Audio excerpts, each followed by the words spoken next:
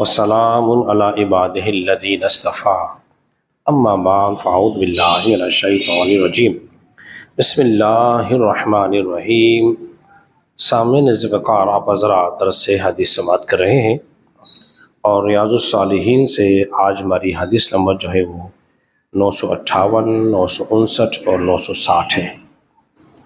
جو روایت آپ کے سامنے بیان کرنے لگا ہوں یہ بخاری شریف کی حدیث مبارکہ ہے۔ حضرت عبداللہ ابن عمر رضی اللہ عنہ سے مروی ہے، فرماتے ہیں کہ رسول اللہ صلی اللہ علیہ وسلم نے ارشاد فرمایا، اگر لوگوں کو یہ بات معلوم ہو جائے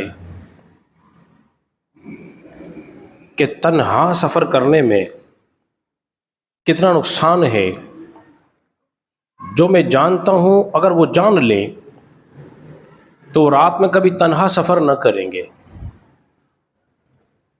کیا ارشاد فرمایا جا رہا ہے؟ اگر لوگوں کو یہ بات معلوم ہو جائے کہ رات میں اور تنہا سفر کرنے میں کتنا نقصان ہے، وہ نقصان جو میں جانتا ہوں، اگر وہ جان جائیں تو وہ کبھی رات میں تنہا سفر کرنے کو پسند نہیں کریں گے، یعنی کہ سفر ہی نہیں کریں گے۔ یہ بات تو معلوم ہو گئی اس حدیث مبارکہ سے کہ جو رسول جانتے ہیں وہ ہم نہیں جانتے، جو رسول جانتے ہیں وہ ہم نہیں جانتے، جو اللہ کے رسول دیکھتے ہیں وہ ہم نہیں دیکھتے، وہ جو سنتے ہیں وہ ہم نہیں سنتے۔ اس لیے کہ رسول اللہ صلی اللہ علیہ وسلم نے خود ارشاد فرمایا، جو میں سنتا ہوں وہ تم نہیں سنتے، جو میں دیکھتا ہوں وہ تم نہیں دیکھتے۔ کیوں فرمایا گیا تھا؟ اس لیے کہ زمانے قدیم کی بات ہو رہی ہے، اور زمانے قدیم میں روشنی کا اہتمام نہ تھا، اور ایسے روڈ بھی بنے ہوئے موجود نہ تھے، راستے ہموار بھی نہ تھے، پہاڑی علاقہ، کبھی جنگلوں سے گزرنا، کبھی صحراؤں سے گزرنا، تو تنہا آدمی سفر کرے گا تو مشکلات کا شکار ہو جائے گا۔ خاص کر کے رات کے وقت میں اگر سواری بدک جائے یا خوف زدہ ہو کے بھاگنا شروع کر دے تو آپ مشکل میں آ جائیں گے، پریشان ہو جائیں گے، اس لیے منع کیا گیا تھا۔ اور ہمارے بھی بعض علاقے ایسے ہیں جو رات میں انسان تنہا سفر کرتے ہوئے ڈرتا ہے، اور ملک پاکستان کا تو حال یہ، اگر انسان تنہا چلتی ٹرین میں بھی اگر سفر کرتا ہے تو وہاں بھی لٹ جاتا ہے، وہاں بھی لٹ جاتا ہے، تو اس لیے تنہا سفر کرنے سے منع فرمایا گیا ہے۔ دوسری حدیث مبارکہ فرمایا گیا ہے، ایک سوار کے ساتھ ایک شیطان اور دو سوار کے ساتھ دو شیطان، اور جو تین ہیں وہ قافلے والے ہیں۔ اب یہ بتایا گیا کہ انسان جب تنہا سفر کرتا ہے تو مشکلات کا شکار ہوتا ہے۔ کس طرح؟ کہ اگر بیمار ہو جائے تیمارداری کون کرے؟ کسی مشکل میں پھنس جائے تو کون اس کی مدد کرے؟ اور پھر وہ نماز باجماعت ادا نہیں کر سکتا، اس لیے یہ بتایا جا رہا ہے۔ اور تیسری حدیث مبارکہ جو ہے، فرمایا جب تم سفر کرو اور تین افراد ہو، تو اب تین افراد جو ہیں وہ قافلے میں شمار ہو گیا ہے، تین افراد جو ہیں وہ قافلے میں شمار ہو گیا ہے۔ اور جب تم تین افراد سوار کرو تو کسی ایک کو اپنا امیر بنا لو، کسی ایک کو اپنا امیر بنا لو۔ جب تم نے امیر بنا لیا پھر تم نے اس کی تائید کرنی ہے، اس کا کہنا ماننا ہے، لیکن شرط یہ ہے کہ جو امیر ہو قرآن کا زیادہ جاننے والا ہو، قرآن کا زیادہ جاننے والا ہو، تاکہ وہ تمہیں وقت نماز کے نماز بھی ادا کر سکے۔ پھر امین ایسا ہو جو تمہارے مال کا امین ہو، تمہارے مال کا امین ہو، اس میں خیانت نہ کرنے والا ہو، تمہیں دھوکہ دینے والا نہ ہو، لہذا خوف خدا رکھنے والا ہو، زہد تقوی والا ہو، تو تم نے اس کو امیر بنا لینا ہے۔ اور پھر جب اس کو امیر بنا لیا تو اس کی بات کو ماننا بھی ہے، تو جو نیک ہوگا اس کو امیر بنائیں گے۔ اسی لیے حکایت کے اندر آتا ہے، سیدنا ابو اعلیٰ علی رباطی رحمت اللہ تعالیٰ فرماتے ہیں کہ ایک سفر میں تھے، تو انہوں نے عبداللہ بن مروزی رحمت اللہ تعالیٰ کی صحبت میں صحبت اختیار کرنے کی کہا کہ میں آپ کی صحبت اختیار کروں گا.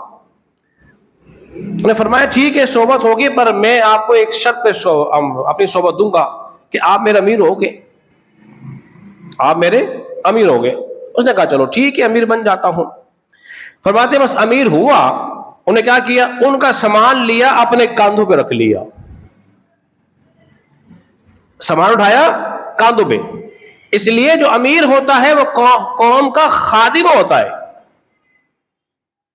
قوم کا خادم ہوتا ہے. اب سامان لے کے چل رہے ہیں. اس نے کہا حضرت یہ کیا؟ فرمایا آپ نے مجھے امیر بنایا ہے نا، اب میرا حکم ہے، میں آپ کی خدمت کروں گا.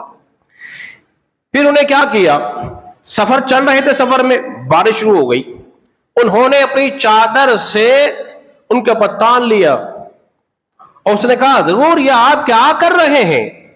فرمایا امیر ہوں نا، اور امیر تو خادم ہوتا ہے، چونکہ آپ کی خدمت بھی کرنی ہے، آپ کو بارش سے بچانا ہے، تو امیر پھر ایسا ہونا چاہیے، امیر پھر ایسا ہونا چاہیے. وہ کہنے لگے کاش میں آپ کو امیر نہ بناتا اور آپ کو مشکل میں نہ ڈالتا. تو یہ کوئی آسان کام نہیں ہے کسی بات کا سربراہ ہو جانا.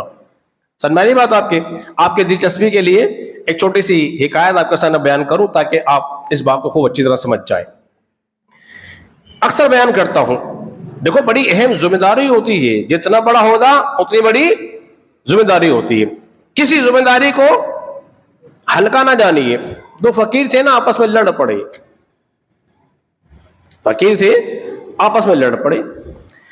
اس نے کہا غربت کا عالم یہ ہے جس علاقے میں تو بھیک مانگتا اس علاقے میں بھی مانگتا ہوں، اتنی بھیک نہ تجھے ملتی ہے نہ مجھے ملتی ہے. بولے بھائی کیا کریں؟ بولے یا تو یہاں سے نکل یا پھر یہ میں علاقہ میں کوچ کر جاؤں. اس نے کہا ٹھیک ہے میں یہ دیتا ہوں، تم یہاں سے کوچ کر جا. اب دونوں میں آپس میں اختلاف ہوا، جھگڑا ہوا نا، تو پھر وہ وہاں سے کوچ کر کے چلا گیا. ابھی جا رہا ہے جس شہر جس ملک کی طرف جانا تھا، اس ملک کے بادشاہ کا ہو گیا تھا انتقال. وہاں ہو رہا تھا جھگڑا، اب یہ بادشاہ کس کو بنائے؟ تے یہ پایا جو ہمارے ملک کی سرحد میں صبح داخل ہوگا وہ ہمارا بادشاہ ہوگا. اب صاحب یہ جیسے ہی داخل ہوا، لوگ منتظر تھے دیکھیں کون آتا ہے. تو یہ جو فقیر تھے بابا جی آئے چلتے ہوئے، وہ پکڑ لیا، بولے آ جائے بادشاہ سلامت. اس نے کہا میں تو فقیر ہوں. بولے نہیں ہوگا، اب تو بادشاہ ہے. کیا بنا دیا اس کو؟ بادشاہ بن گیا. اب یہ حکومت کرنے لگا. کچھ وقت کے بعد اس کو اطلاع ملی تیرا ساتھی جو تھا وہ تو بادشاہ بن گیا ہے. اس کو بڑا تجسس ہوا، پھر تو کیوں نہ ملاقات لے جانا چاہیے. اب اس کی ملاقات کے لیے چلا. پہنچتے اس کے بعد پہنچا، اس سے پوچھا بھائی بڑے مزے آ رہے ہیں، بادشاہ بن گیا ہے، ملک کا سربراہ. اس نے کہا کائیں کے مزے؟ کیسے مزے بھائی؟ میں تو پھنس گیا ہوں. بولے پھنس کیوں گئے؟ بادشاہ ہو. فرمایا پہلے مجھے اپنی ذات کی فکر تھی، اب تو ساری قوم کی فکر ہے. سنبھائی بات آپ کے؟ پہلے تو اپنی ذات کی فکر تھی، بس جو مانگ لیا کھا لیا اپنا گزارا ہو گیا، اب تو بھائی پوری قوم کی فکر ہے. تو امیر بننا آسان بولیے نہیں ہے. تو امیر وہ بنے جو متقی ہو، تقوی والا ہو، پرہیزگار ہو، جو امانت کو سنبھال بھی سکے، اس کو اٹھا بھی سکے. اللہ رب العزت کے بارگاہ میں دعا کرے خالق کائنات ہم سب کو سمجھنے اور عمل پیرا ہونے کی توفیق عطا فرمائے.